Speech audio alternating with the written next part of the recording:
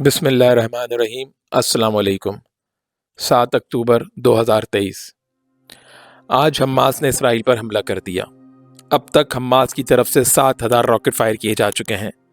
یہ راکٹ غزہ شہر سے براہ راست اسرائیلی دارالحکومت تل ابیب پر فائر کیے گئے ہیں، جس کے نتیجے میں 100 اسرائیلی مارے گئے اور 740 اسرائیلی زخمی ہوئے ہیں۔ یہ حملہ کئی ماہ سے جاری اسرائیلی دہشت گردی کا جواب ہے۔ اسرائیلی سورسز کے مطابق غزہ سے متصل 7 اسرائیلی ٹاؤنز میں سے 3 پر قبضے کے لیے جنگ جاری ہے۔ اسرائیلی آرمی ریڈیو کے مطابق اسرائیل میں 20 مقامات پر جنگ جاری ہے۔ حماس نے اس جنگ کو مارکہ طوفان الاقصی یعنی الاقصی فلڈ کا نام دیا ہے، جبکہ جوابی حملے کو اسرائیل نے سورڈ آف آئرن یعنی فولادی تلوار کا نام دیا ہے۔ اس وقت جو فوٹیجز الجزیرہ ٹی وی پر چل رہی ہیں اس میں راملہ کے علاقے میں عرب جنگجوؤں کو نعرے تکبیر لگاتے اور فلسطینی جھنڈا لہراتے دیکھا جا سکتا ہے۔ الجزیرہ ٹی وی کئی گھنٹے سے اس جنگ کو براہ راست دکھا رہا ہے۔ حماس سورسز کے مطابق 198 فلسطینی اسرائیلی ہوائی حملے سے جاں بحق ہوئے ہیں۔ اس کے علاوہ 1610 فلسطینی زخمی ہوئے ہیں۔ بمباری سے غزہ شہر کی کئی عمارتیں ملبے کا ڈھیر بن گئی ہیں۔ حماس نے دعویٰ کیا ہے کہ ایک میئر اور کئی آفیسر سمیت 57 اسرائیلی حماس کی قید میں ہیں۔ حماس کے کمانڈر نے اپنے پیغام میں کہا ہے کہ ہم کسی بھی حد تک جانے کو تیار ہیں۔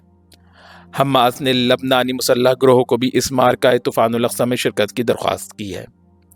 اس جنگ میں حماس نے حیرت انگیز طریقے سے اپنے جنگجو اسرائیلی علاقوں میں اتار دیے ہیں، یعنی انہوں نے غباروں کے ذریعے اپنے جنگجو اسرائیلی علاقوں میں اتارے۔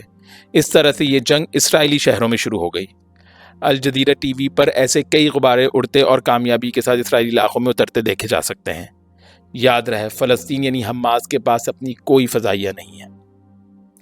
اسرائیلی وزیر اعظم بنجمن نتنیاہو نے ٹی وی پر مختصر بیان میں کہا کہ ہم حالت جنگ میں ہیں اور فتح ہماری ہوگی۔ اسرائیلی وزیر دفاع نے اپنی ریزرو فورسز کو فوری حاضر ہونے کا حکم دیا ہے۔ تازہ ترین صورتحال یہ ہے کہ اسرائیل میں 20 مقامات پر جنگ جاری ہے۔ کئی فلسطینی جنگجوؤں نے سمندر کے راستے اسرائیلی علاقوں میں گھسنے کی کوشش کی ہے۔ اس میں وہ کامیاب ہوئے ہیں یا نہیں، اس بارے میں کوئی خبر ابھی تک نہیں۔ یورپی یونین نے اس حملے پر حماس پر شدید تنقید کی ہے۔ فلسطینی عربوں کی حمایت میں ابھی تک صرف سعودی عرب کا بیان حماس کی حمایت میں آیا ہے۔ ہمیں یہ یاد رکھنا چاہیے کہ ریاست اسرائیل فلسطین پر غاصبانہ قبضے کے نتیجے میں ظہور میں آئی ہے۔ اس کے پیچھے مغرب، امریکہ اور صہیونی دھوکے بازی، جھوٹ اور استعماریت کی ناقابل برداشت طویل تاریخ ہے۔ یقیناً حماس کا آج صبح اسرائیل پر حملہ انتہائی حیرت انگیز ہے۔ ایسا حملہ اسرائیل سمیت کسی کے حاشیے خیال میں نہیں تھا۔ حماس کے پاس کبھی اتنی طاقت نہیں رہی کہ وہ اسرائیل پر بیک وقت بری، بحری اور فضائی حملے کر کے اسرائیل کے اندر گھس جائے۔ نہ صرف گھس جائے بلکہ اس کے 3 شہروں پر قبضہ کر لے، ان کے 60 سے زیادہ فوجی کمانڈر سمیت گرفتار کر لے۔ وہ آہنی باڑ جو اسرائیل نے بھاری خرچے سے بنائی تھی اسے کئی جگہوں سے تباہ کر دے، اپنے کمانڈوز غباروں کے ذریعے اسرائیل میں اتار دے، وہاں 22 مقامات پر جنگ چھیڑ دے، اسرائیلی شہریوں کو ملک سے بھاگنے پر مجبور کر دے، 200 اسرائیلی ہلاک اور 900 زخمی کر دے، اسرائیل کا اینٹی میزائل ریڈار سسٹم ناکام ہو کر رہ جائے۔ یہ انتہائی حیرت انگیز صورتحال ہے۔ حماس کے پاس کبھی اتنی طاقت نہیں رہی تو پھر ایسے کیسے ہو گیا؟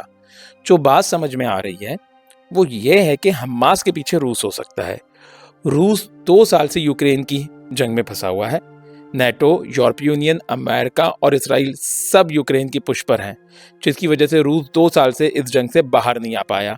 اب اس نے حماس کی مدد سے اسرائیل پر حملہ کر کے 2 مقاصد حاصل کرنے چاہے ہیں۔ پہلا یہ کہ امریکہ، نیٹو اور یورپی یونین کو اسرائیل میں پھنسایا جائے تاکہ ان کی توجہ یوکرین سے ہٹ جائے اور وہ یوکرین میں پیش قدمی کر سکیں۔ دوسرے یہ کہ چونکہ اکثریتی مسلم ممالک فلسطین کوز کے طرفدار ہیں تو اس طرح مسلم دنیا کی ہمدردی حاصل کی جائے۔ اب اس صورتحال میں نئی عالمی صف بندی یہ ہوگی، ایک طرف اسرائیل، امریکہ، یورپی یونین اور بھارت، جبکہ دوسری طرف فلسطین، روس، ایران، قطر، سعودی عرب، شام، افغانستان اور دیگر مسلم ممالک۔ رہ گئے پاکستان، تو پاکستانی عوام کی اکثریت فلسطین کوز کے ساتھ ہے، جبکہ پاکستانی حکومت گول مول بیانات دے رہی ہے کہ وہ امریکہ کو ناراض نہیں کرنا چاہتی۔